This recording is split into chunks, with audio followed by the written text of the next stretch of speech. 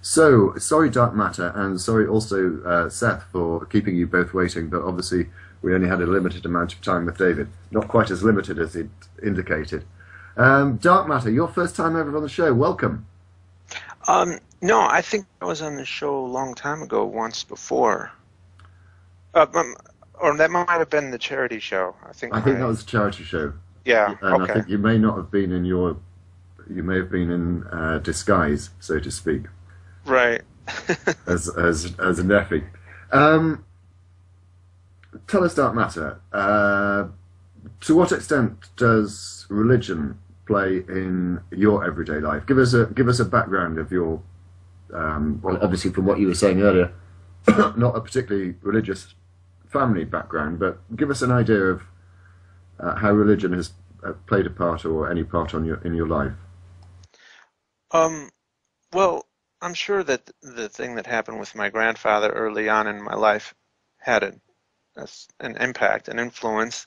And also, I've always been skeptical. I never really believed in God, and I always found it interesting that other people did, and always wondering why they did. And my earliest memories of arguing about it was with some other kid in second grade, and I told him that that's just another, that God isn't real. It's just some fairy tale, And I never forget his reaction. He got this really shocked look on his face, and like I did something really bad, like I'm in trouble, and he said, "Oh, you're gonna go to hell," and it just, I was just taken aback by that. That's like saying you're going to get hit by an invisible piano. Yeah, but I was totally unafraid, of course, like as much as I would be of an invisible piano. But the thing that shocked me was that he seemed okay with that, like that you're completely disconnected from reality, burning somebody because of something that really, I think belief is beyond your control. I mean, you can expose yourself to arguments and be convinced one way or another, and you have control over what you expose yourself to, but whether or not you're convinced, I think that's kind of beyond our control. So to punish someone for not being convinced, I think if you want to punish someone, punish the person who fails to convince you, punish the religious people who can't convert me. But actually, that's a good one. That's a good one. The high-pressure sales tactic. So it will be Westboro Baptist Church who suffer the worst because they were the least convincing salespeople. Yeah. But, I mean, even then, it's like an eternity of torture. And, there's a lot of religious folks who criticize me for promoting that, arguing against that argument. Well, I'm not the one that came up with that. Talk to the fundamentalist religious folks. But so I'm talking to them, not to the moderates who don't believe that sort of thing. But and they convince themselves that's just, and that's kind of what started me being so intrigued about these seemingly normal everyday people who think it's okay for people like me to go through unimaginable torment forever. Then that just fascinates me, that these people are just walking around thinking that that's okay. And, yeah, but by comparison, by comparison, the people who ran the gas chambers were vanilla compared to this. I mean, they just killed people. They didn't torture them for eternity. Yeah. Mm-hmm. I think it belies the monster in all of us that people are happy to walk around with this idea that you can be a good person and torture someone in the most agonizing pain for eternity. Let's open up this to Seth as well, because I'd be interested in his views on this. Do you think that the religious believe, or those that are trying to convert you, actually believe in hell, or are they using it as a threat to persuade you, for whatever reason it is, to believe in the same way as they do? Both. I honestly believe that the vast majority of people who are, at least in my area, it's Protestant Christianity, it's Baptist, Methodist, Assembly of God, Pentecostal, what have you, are convinced that there is a hell. Or if nothing else, if they're not convinced, they fear there may be a hell and they don't want to be wrong. Heaven and hell are the carrot and the stick. They are the good cop and the bad cop. Heaven is your promise of reward, but hell is the punishment that awaits if you don't buy it. And when you are raised like I was in an environment where hell is a real place, that's a sentence my father used to say all the time: hell is a real place. And he desperately did not want his children to go there. I mean, he wanted his children to escape hell, and he was desperate to raise us to one day be reunited in heaven. Now, Dark Matter, who, by the way, I'm a big fan of your work, had mentioned sometimes it's almost an experiment for him to try to understand how people can believe for such a long time. And it's a great question. But when you exist in essentially a closed system where everyone around you speaks the same way and says the same thing and espouses the same Bible and believes in the same heaven and hell, and to be away from that, to reject that, is obscene or abnormal or freakish, then, this was my normal. Believing in hell was my normal, and I genuinely did not want to go there. Now, when I see the idea of hell being taught to young children, it makes me livid. It makes my blood boil. It is one of the primary motivating factors of the work that I do. I've done a lot of church work. And, they parade these kids in and they have them all with the Sunday school teacher, and there's 30 or 40 children who've been heavily marketed to, right? They've got Easter egg hunts and they've got Christmas plays and they've got music and they've got soft playgrounds and they've got cartoons and some churches build movie theaters. They're going after kids. And to have them bring in and essentially never give them a choice, but to say, do you believe in Jesus? And these drones look up and say, yes. They don't know what they're saying.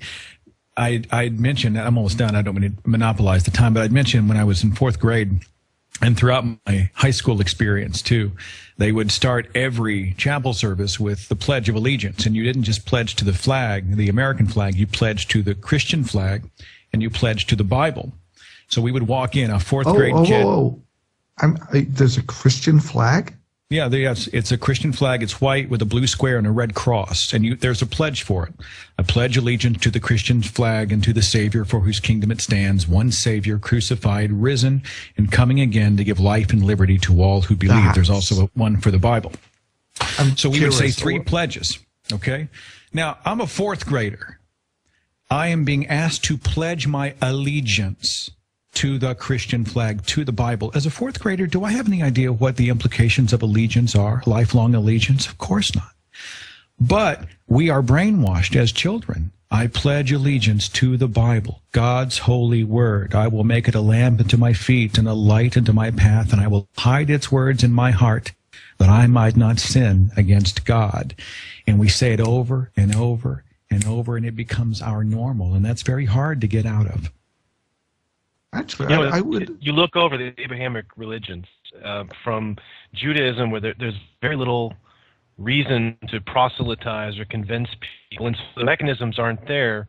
There is no carrot and there is no stick. There's just the sense of the promised people, the chosen people. And then you have Christianity, which began to innovate from that base and create these concepts to motivate people and to proselytize. And then you get Islam, and Islam had even further innovations, and they were also very focused on the terrestrial world and things that could happen to you on Earth. And then now, and I think this is a legitimate extension, are the Mormon faith. And I think the Mormons have taken proselytizing way beyond all their ancestral root religions, to the point where every one of them dedicates years of their life to spreading the faith. And that's probably why, if they were a major religion, they soon will be, they would be the #1 fastest growing religion in the world. Whereas you get things like Buddhism, Hinduism, there's no hook, right? And as a result, they only grow along with the people in that culture. They don't spread. You don't see Hindu converts running around, except maybe in college, young college kids taking philosophy 101. Concordance, did you see the leaked video of the Mormon endowment ceremony it was on YouTube, like, I don't know, 6 months ago? And it's this long, someone snuck I guess a cell phone in and recorded the actual ceremony. Has anyone seen that or just me? No. No, but I am all ears.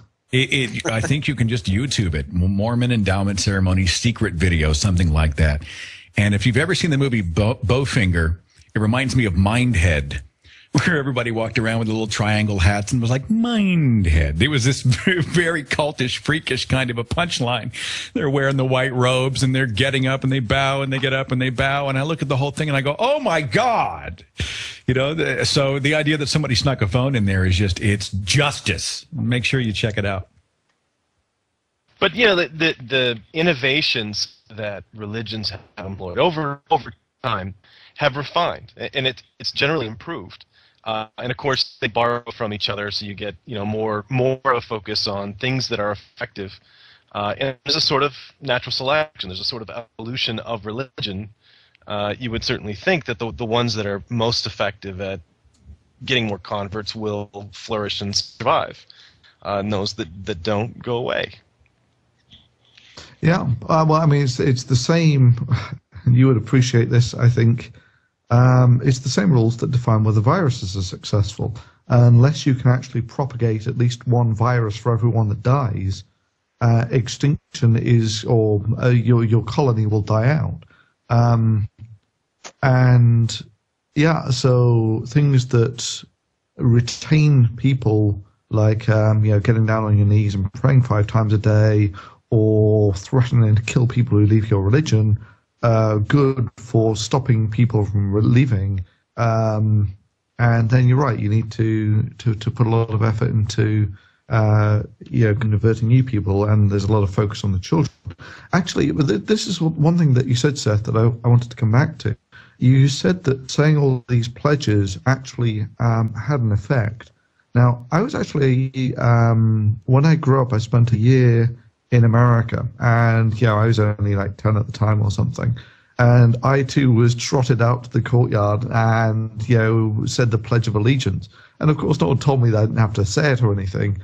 And I think this is back in the days when it was compulsory or something. But I mean, the thing that struck me is that there was just the fact that everyone had to do it and it was compulsory just led to such apathy about it. It diluted it to the point where it was something that everyone did, but no one believed in. I mean, is that the sensation that you got with these Christian pledges, or not at all? You actually? Now you have to remember that many of, and I don't know what your home life was like, but many of us were raised in the cradle of. I mean, the reason we were at these small private sort of biospheres where we are at that closed system, we're a private school, is because we are to be protected from the influences of the outside world. That mindset tells you something about many of the parents who send their children there. This was not some rich fat cat school where everybody wears fancy uniforms and drives a Lexus. I mean, this was a small little hub, and we wore a uniform. You should have seen them. You had red, white, or blue slacks, red, white, or blue shirt, and on Chapel Wednesdays you wore an American flag necktie, clip-on necktie for chapel services. We looked like little, I said in the book, I said, you look like patriotic paper dolls, for Pete's sake. And we would go. You should have seen us. I'm not saying we were bright, but you could have landed aircraft by the clothes we were wearing. And to us, we honestly believe this is our duty. And they took it a step further, and this is true of most Christian schools. One of the things they charge us with is that America has been too secularized. We need good Christian men and women to grow up and assume positions of influence, professionally, in politics, what have you, to help take our country back. And this is the terminology that is used, and this is what was used on us throughout my entire private school education.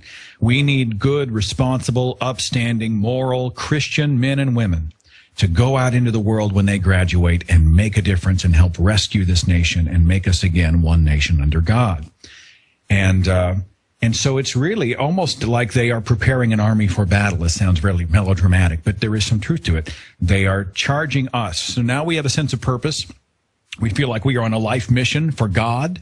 We feel like we know a secret that many other people in the world do not know. And when we hit that mark, when we become adults and take charge of this world, we're going to go out there and be warriors for God.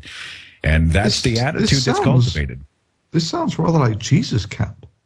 It was pretty. It wasn't as intense as Jesus Camp, but there were echoes of it. Yes, and well, it's that's dominionism too, right? The principle that somehow that's something I was kind of trying to touch on earlier with David Silverman, is that at least in my area, it's a Catholic majority, and I would probably be willing to bet that if we instituted school prayer, let's say we tossed the First Amendment out, that you're going to have a lot of very unhappy Baptist, Methodist, Presbyterians, and Episcopalians, and so on, with their kids being forced to say something Catholic specific, or pray to a picture of the Pope, or to acknowledge the Virgin Mary.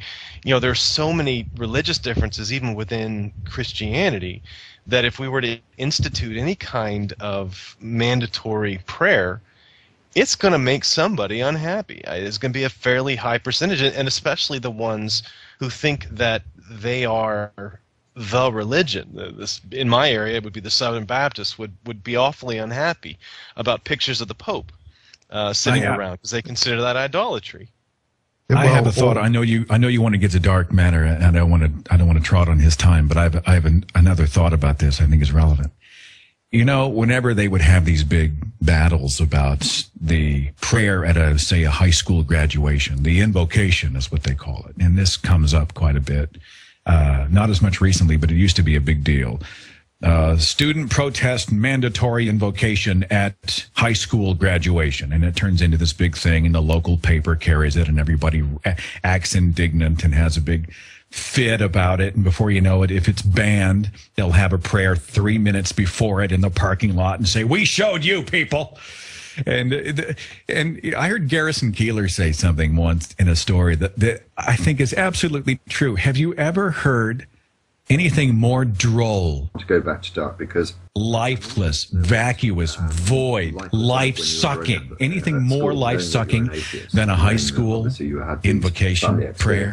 They're horrible. There's no God in it. It's just some drone behind the microphone who loves the sound of his own voice. No one's even listening. Mostly normal. It's just unbelievable that it's something that they consider a moral victory.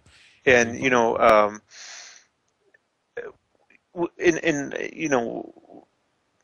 the times I did go to Sunday school, with my aunt, or went to church with some other family member, God came up or something. Most of the time I just didn't say anything, or when people were praying or whatever, I would just sit there and I didn't do it. And to kind of extend upon what Seth was saying, I always find it kind of amazing when people can't distinguish between not being allowed to do something and not being allowed to impose something upon others. I think that's an extremely important distinction that too many people, namely on the religious side, are completely misunderstanding or ignoring. That's a really good point. It's not illegal to pray in schools. Right, you can pray over your meal. You can pray around the flagpole. You can do whatever you want to. We just can't force people to do that. And you can go to Sunday school and learn Genesis, but we don't teach it in the science classroom. And you can even teach the Bible in a religious studies classroom. That's not a problem. It's that we're not going to favor one particular religious viewpoint. That's the point. It's pluralism. It's not even necessarily secularism. It's not necessarily some sort of a rejection of religious faith. It's that we accommodate everyone in order that everyone is equal under the law. Yeah. Dark Matter, what's your view on this? Sorry, Thunder, just to briefly follow onto what Concordance was saying, and was saying earlier. I mean, this thing about, if you were to say, okay, let's have God in politics, this would almost instantly precipitate sort of war amongst the religious. in the, the difference a few words can make. We want, there is only one God on our money, and then you just had that one little line afterwards, and Muhammad is his messenger. Yeah. Anyway, sorry, Dark Matter, I didn't mean to intrude, sorry. Dark Matter, I was just interested in your views of what Seth was saying about how he considers it to be indoctrination or child cruelty, I'd put it, to teach young children about hell. Yeah, it's really insidious, and you're almost at a disadvantage to have you are at a disadvantage to have integrity in these kind of situations. You don't see a lot of atheist schools, like you would a Sunday school, where we're trying to impose our viewpoints upon children, knowing that they're young and vulnerable, and they critical thinking isn't a big, they're very trusting in what they're being taught, from an adult, and they just take things at face value. I mean, religious people know, the people, I don't want to just put them all in one group, but a lot of these people who think it's okay to just to teach children this stuff. I mean, you got to realize some of them are got to be doing it out of a sense of duty and honor, thinking that they're saving the children and whatnot. And as misguided as that is, it's at least it's coming from somewhere honorable, I guess. But a lot of them, like that Jesus camp crap, they know what they're doing. They know that it's much easier to convince a child than it is to convince an adult, and it's easier to just start it at the beginning. And I know a lot of I've come to know a lot of atheists through YouTube and stuff, and I don't see that with them. I don't see them looking to push their crap onto their kids, and I'm not going to tell my kid what to believe and what not to believe. I'm going to tell him what I know to be true and what I know is bullshit. And the truth is, I don't know if there's a God or not, but I mean, I don't think it's the Christian God or Yahweh or whatever. I mean, I pretty much know it's not that God, if there is one. But and I'm also not going to disown my kid if he becomes a Christian or anything like that. You can't. That would never happen with me, not in a million years. So I really cannot relate with that kind of mentality, where you're just taking advantage of these young minds. If I may. Please, sir. I agree with Daniel Dennett on this issue. I believe that the central tenets of the major religions of the world should be taught as fact. Here's what they believe. Here's who their deity is. Here's what their doctrines say. Here's what their culture does. And you teach the major religions as informationally. Not this is the truth, this is the way, but this is what Christianity believes, Protestant Christianity, Catholicism, Islam, the Eastern religions, I don't know, whatever. And anthropology. You essentially are giving them information. And then if you have taught them critical thinking skills, then you allow them the opportunity to put the puzzle pieces together with some guidance, obviously. I mean, they're going to come to you. And I don't think there's a bias-free environment for a parent. That's just a fantasy.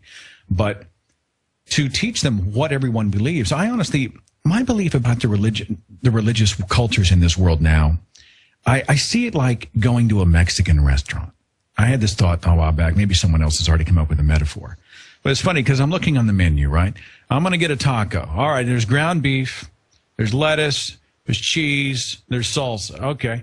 Oh, no, I might be hungry for an enchilada. What's in that? Well, there's tortilla, ground beef, cheese, lettuce, and salsa. Okay, well, I guess I'll have a tortilla. What's in that? Oh, it's ground beef. I mean, it's all the same ingredients arranged different ways. What a great metaphor for religion. They're all using essentially the same ingredients. You've got a deity, you've got church and community, you've got posthumous existence, you have holy books. They're just sort of arranging them in different ways. If you, I think, show that objectively to a young person who has been taught to think critically, they'll start to see that this may be a house of cards. I think there's an extension to that argument as well, if I may, and that is something that's it's come up a number of times, but certainly came up in a conversation I had with Jack, Together for Peace, and he was explaining some of his religious background and how at one time he believed in this, but then he wasn't sure about this, and he thought about becoming a particular different denomination, and then he wasn't sure about that, and then he found one that suited him. And the expression I used was he was effectively window shopping for that which suited him. He was cherry picking the nice bits that made him feel comfortable, and this has got obviously nothing to do with the truth value of any of these religious claims. It's a comfort blanket that he was looking for. And I'm amazed at how many arguments I get from theists who say, well, if there's no God, then, you know, it's okay to do this or that, or it's then if you know, if this isn't true, then, you know, this would suck. If A isn't true, then B would suck. You know, it's like, so what about is there anything else about that you know about the real world that sucks? I mean, does the fact that you don't like it mean that it's no longer true?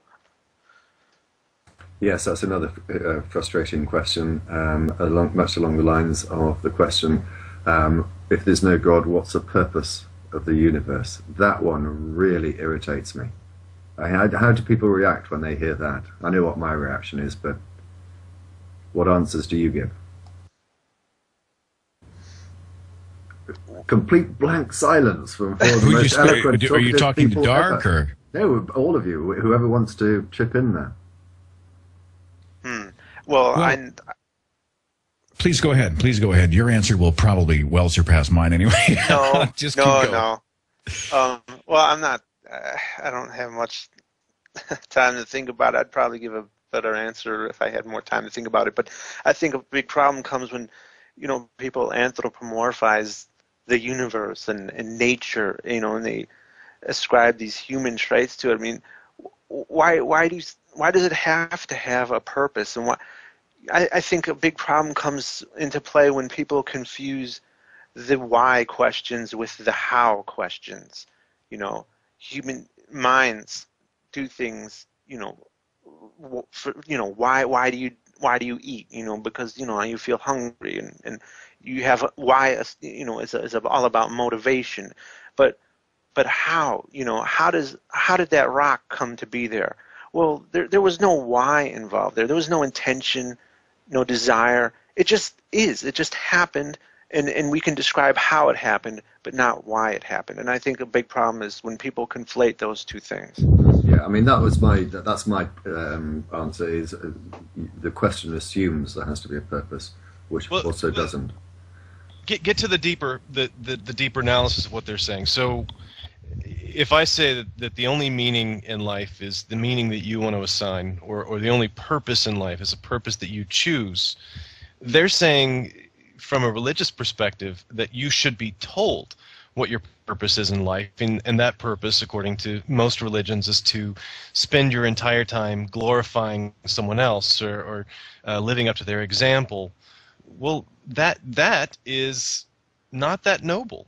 Right? Doing what you're told is one of the least noble things I can think of. Doing something for a promise of reward is one of the least honorable things I can think to do. Deciding for yourself that you want to sacrifice some of your own personal happiness in order to make the world a better place, to leave the world a better place. And not because you're being rewarded, not because you're commanded to, but because you simply make that choice, to me is much more noble, much more admirable. And so I don't think that there is any advantage to being commanded or to believe that you're commanded to lead life a certain way.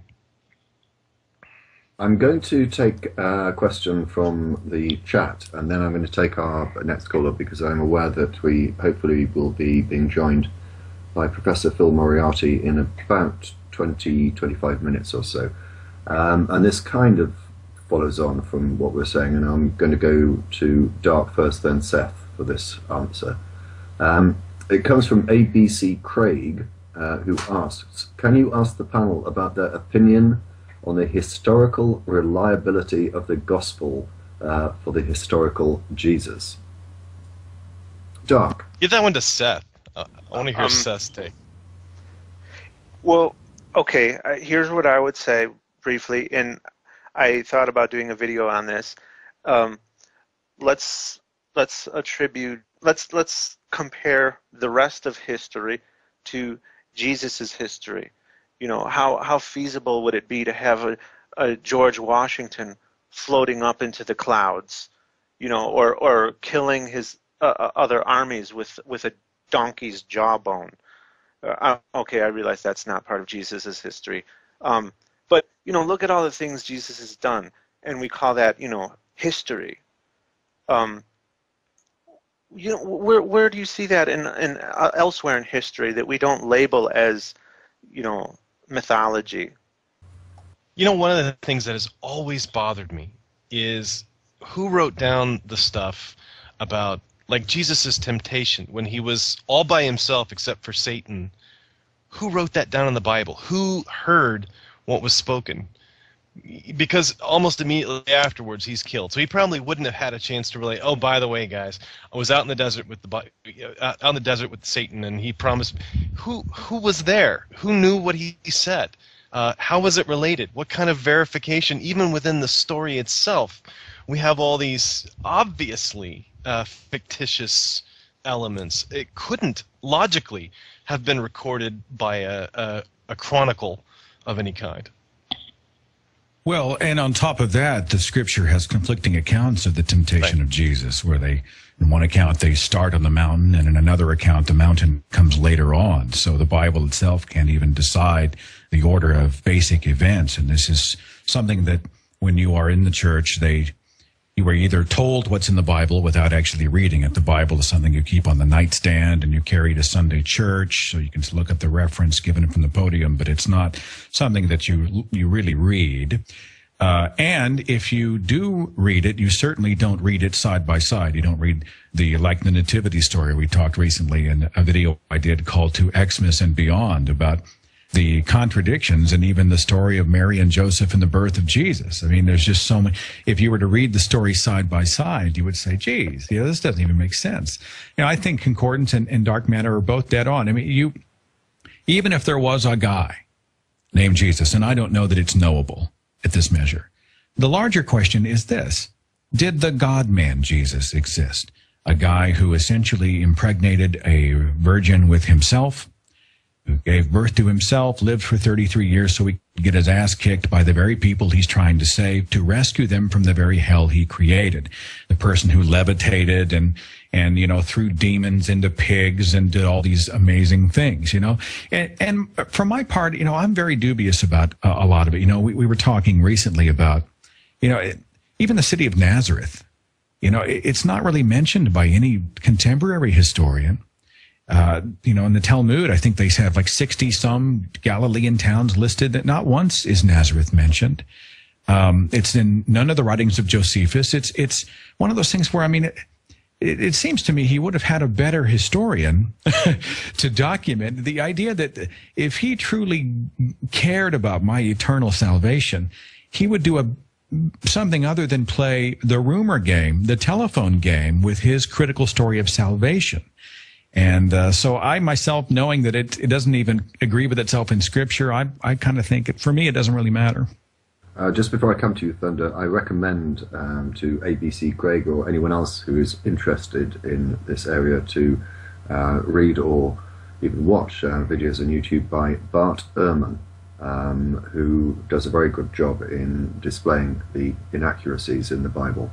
I think Bart actually believes that there was an actual guy named Jesus. I'm reading 2 of his books now, so I haven't gotten that deep into them. But I think Bart Ehrman has come to the conclusion that there probably was a guy named Jesus, and then the myth built off of this human person. So I suspect there were many people called Jesus, but there we go. Thunderfoot. Yeah, I mean, one of the first things that strikes you when you pick up the Bible is just how little of Jesus there is in there. Bible's give or take about 2,000 pages, of which about 200 are Gospels, but that's 4 accounts of essentially the same story, which is another thing that's rather bizarre. So it's basically, out of a 2,000-page book, about 50 pages is what documents the life of Jesus. That's Okay, even if it's 1,500 pages, I mean, it really doesn't make any difference. You're talking about 5% is the bit with Jesus. And why the quadruple redundancy? What's wrong with just one account of Jesus' life? Anyway, that's the sort of petty stuff. Because, I mean, there are some really nice things in the Bible that Jesus had to say. I like the Bibles where they highlight, what Jesus said and read. You can flip through that and cherry pick. It's not all great. I mean, it's the kind of thing you would expect from that contemporaneous type of situation. It's probably been added to, and whatever. It's a shame that we can't take the good stuff and throw the bad stuff away. Of course, we can, but a religious person can't, because they have to take all that baggage along with them. Where they have to believe the whole thing. They can't cherry pick. That's an anathema to them. But you can do that from so many other good books, from the writings of so many historical figures who were so obviously products of their time, a bit backwards to us today. But we can cherry pick the neat stuff that they said. Sun Tzu, The Art of War. We can take from that a lot of useful information, and I think the Bible could be useful in that same fashion. But you can't do that as a religious believer. Yeah, I've got a couple more things to add to this. Certainly some things in the Bible are just crazy, like the bit where Jesus dies and all the dead people come out of the graves and walk around Jerusalem. That's the sort of thing that contemporary historians would have noticed. Something that's kind of out of the ordinary. Anyway, not a hint of that. But to an extent, even if it's all real, I mean, our technological ability outstrips Jesus's miracle abilities in the Bible by orders of magnitude, to the point where if this is really the best that the best miracles this God has to offer, then the whole thing's a complete farce. In that, Jesus feeds 50,000 through a miracle. Well, no, 5,000. He feeds 5,000 through a miracle. Well, the Haber process, which is a single chemical process, produces the chemical fertilizer that feeds about a third of the people on this planet. It feeds 2 billion people versus this 5,000 in the Bible. I mean, our technological ability makes the miracles of the Bible a complete joke. The feeding of the 5,000 is another story that has a completely contradictory account, because where Jesus travels to right after the feeding of the 5,000 is different in one book than it is in another. Pretty basic information. What I enjoy is getting the supposed experts in a room. I'm sure all of you are no strangers to having emails from people who are desperate to be right and to convince you, apologist types. I had one this week, which echoes many behind him, who said, "You're making a mistake. You're not reading the Bible in the original King James." And of course, my hand goes here, just right here. I mean, what do you do with that? Oh, it's the NIV. No, it's the Message Bible. No, it's the Red Letter Bible. No, it's the New International. I mean, how many thousands of subjective translations of this story do we have floating around? It's comical. Just before we come to you, Victor, and I appreciate your patience, I just want to deal very quickly with an issue that's, again, sort of like being touched upon.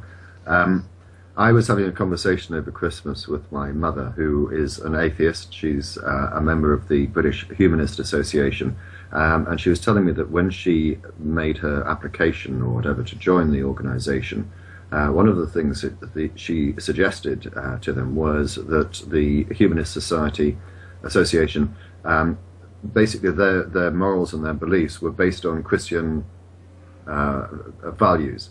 At which point you can imagine I was a little bit confused. So I asked her to explain what the Christian values were, and I got a strange response, which basically involved her cherry picking, as most people do, the nice bits out of it. And I suggested to her that perhaps there were other bits that she had not read, and particularly given the fact that her eldest son, my older brother, is a homosexual, she didn't seem to be particularly conversant with what God had to say about homosexuality.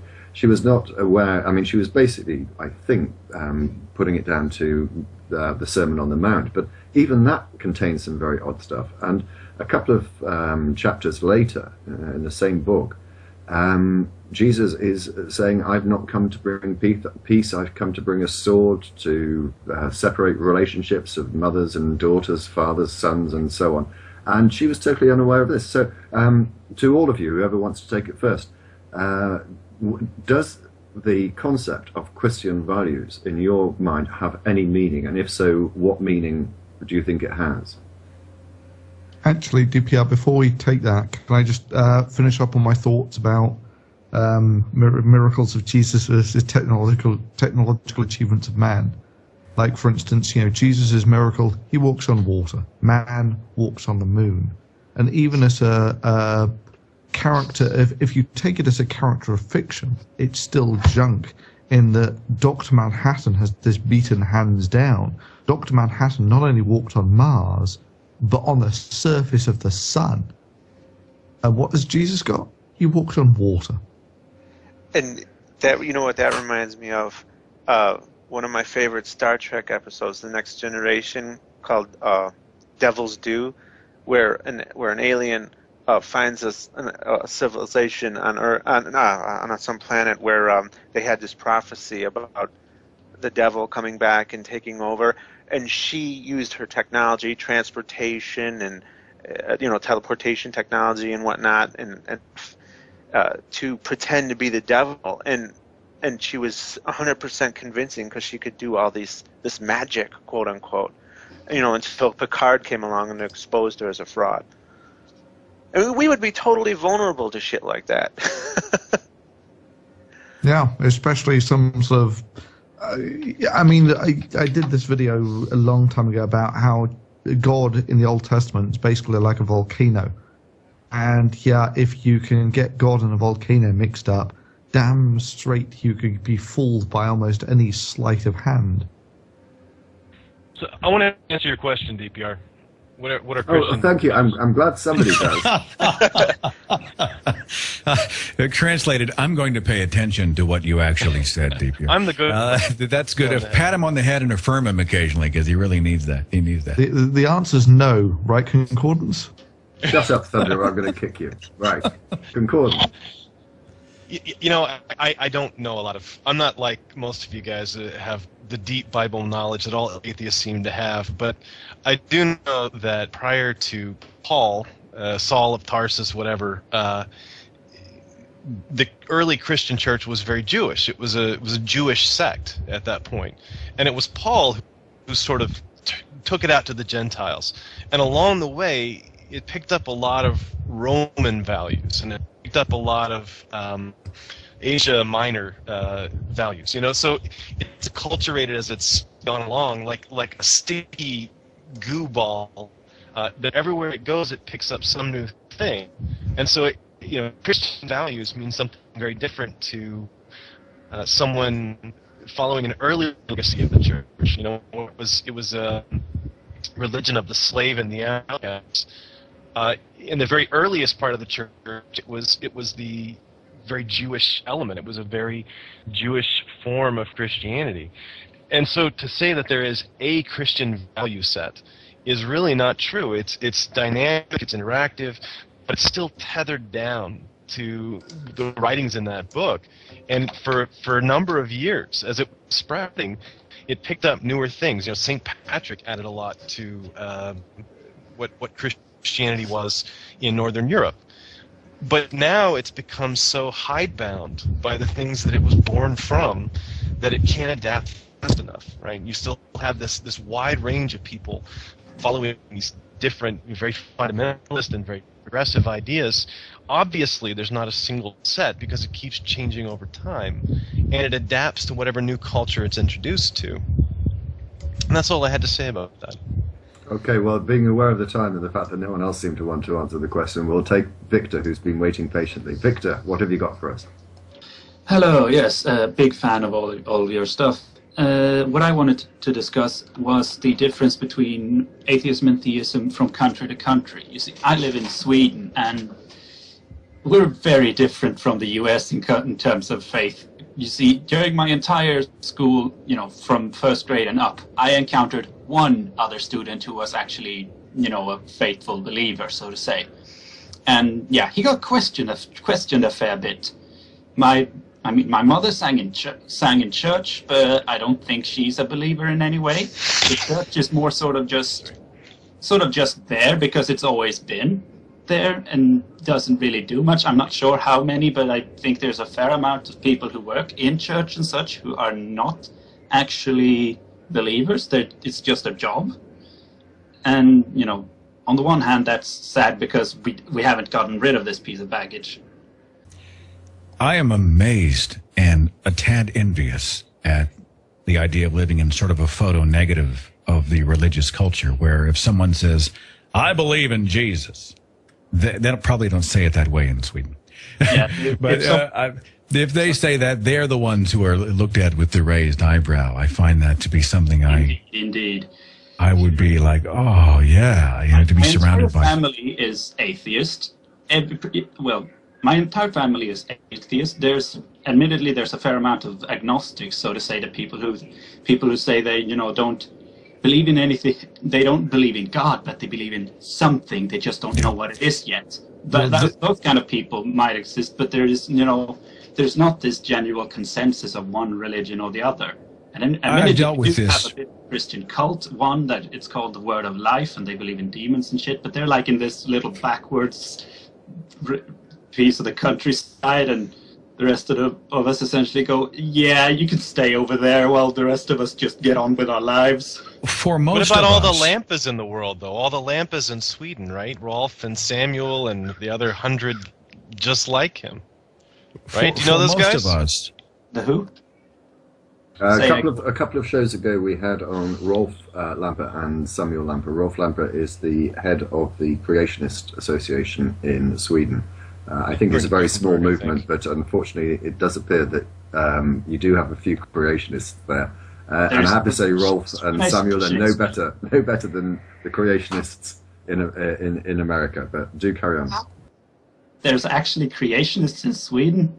Oh yes. On the one hand, I'm happy I hadn't heard of them, but wow. This is how I think most people approach their belief, if I may. Look, there are some people who are like the William Lane Craigs and the Ken Hams and the James Dobsons and the Rick Warrens and whatnot. And there are those people reflected in everyday culture as well, right? They'll go out and they are letter of the law true believers. Hell, my parents are that way. But the vast majority of people have no idea what their Bible says. The Bible, to them, is a decorative item. It is a symbol. Their faith gives them comfort. It alleviates the fear of death and hell. And so to them, it's really more of a cultural thing. Oh, yeah, I believe in God. If you were to ask them what even 5 of the 10 commandments are, you would see that blank mannequin stare as they try to retrieve the water from the well and quote to you the 10 apparently most important commandments ever given to humankind. Most people are dormant in their faith. They speak the language of God. They toss his name out at parties. They pray before meals. Thank you, Jesus, for this meal and for our many blessings. We pray that you'll be with us in Jesus' name. Amen. But do they really believe? Well, they're in a car accident today. Do they drop to their knees and call down healing from their omnipotent deity, or do they grab the cell phone and call 911? If they're taking a college exam, do they pray for the A? Dear God, give me the knowledge. Or do they study the hell out of that thing to gain the grade? People invoke God verbally, but most people I know, if they had to admit it to themselves, they live as if there is no God. I mean, that's an absolute headshot, Seth. I mean, that really does nail it. I mean, I would just add a little bit that if people really did think that praying worked, shouldn't there be signs in exam halls saying that anyone who believes that prayer works will be disqualified if seen praying because that's cheating? Yeah, they should be disqualified. Yeah, if you pray for to do well on the exam. A picture cheating. of Yahweh and praying hands with a big X on it in the middle of the hallway.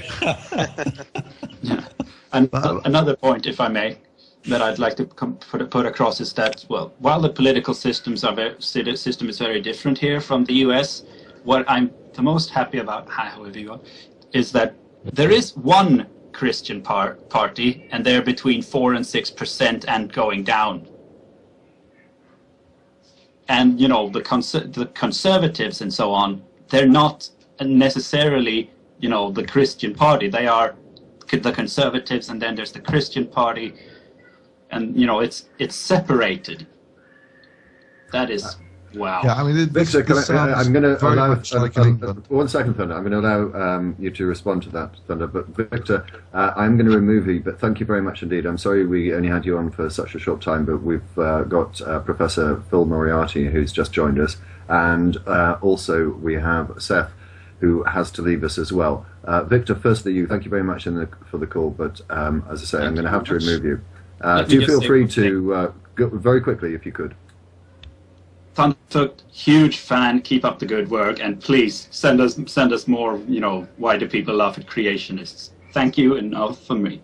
Thank you very much. Thank you. I also know that Seth has got to leave us. Seth, can I ask for? Well, I can ask the audience, please, for a huge thumbs up for Seth and the time he's given us during the show, and hopefully we'll have you back sometime next year. But thank you very much. And if I may, I just want to thank all of you. I am a fan. I mean, I'm not kissing your ass. I am a fan. Dark Matter and I he's participated in a video of mine, and we've had some correspondence, but I haven't really had a great chance to thank him for the work that he does. And he like Thunderfoot and DPR and Concord, we're sort of survivors. We've sort of been around a while, and sort of just to be able to finally get a chance to say, thank you for the work that you do, for the time and effort you put into videos that I know cannot be done overnight. I know that's a significant time and resource investment for you. They are making a difference. I know the people on my page love you guys' work, and so thank you for what you do. And I'm a fan, and I'll be out there watching. Thank you very much indeed, Seth. Yes, thank you, Seth. And can I echo that as well, Dark Matter? I have to say, whenever I look at my subscription box on YouTube and I see that you've done a new video, I know that I've got several moments of great entertainment to look forward to. And if anyone is not subscribed to darkmatter2525, I will include a link, but you really ought to be. You are missing out on some of the greatest videos you'll see on YouTube. That said, I do have to move on, though, to our next special guest.